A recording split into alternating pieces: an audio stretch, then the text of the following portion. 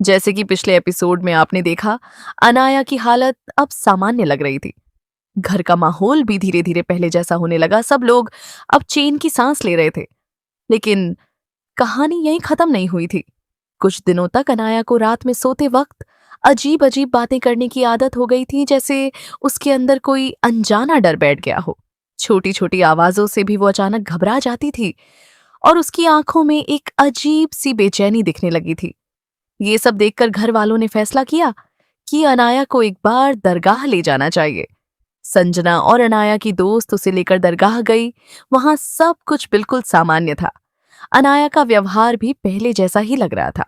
और फिर कुछ ही दिनों में अनाया सच में बदलने लगी। वो फिर से हंसने लगी, सबके साथ वक्त बिताने लगी जैसे कुछ हुआ ही ना हो। लेकिन आज तक किसी को यह समझ नहीं आया कि आखिर उसके साथ हुआ क्या था। वो राज आज भी एक राज ही बनकर रह गया है। जिंदगी धीरे धीरे फिर सामान्य होने लगी थी। अनाया की इंजीनियरिंग पूरी हो चुकी थी और अब वो नौकरी की तलाश में थी। संजना घर संभालने के साथ साथ वर्क फ्रॉम होम भी कर रही थी। रोज का मेकअप कोर्स भी पूरा हो गया और अब वो नेल्स एक्सटेंशन में अपना करियर बनाना चाहती थी। इसी वजह से वो 2 महीने के लिए लुधियाना चली गई थी ट्रेनिंग लेने। प्रिया को भी एक अच्छी कंपनी में नौकरी मिल गई थी।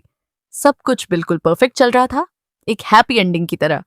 लेकिन कहानी इतनी जल्दी खत्म नहीं होने वाली थी, क्योंकि पिक्चर अभी बाकी है मेरे दोस्त।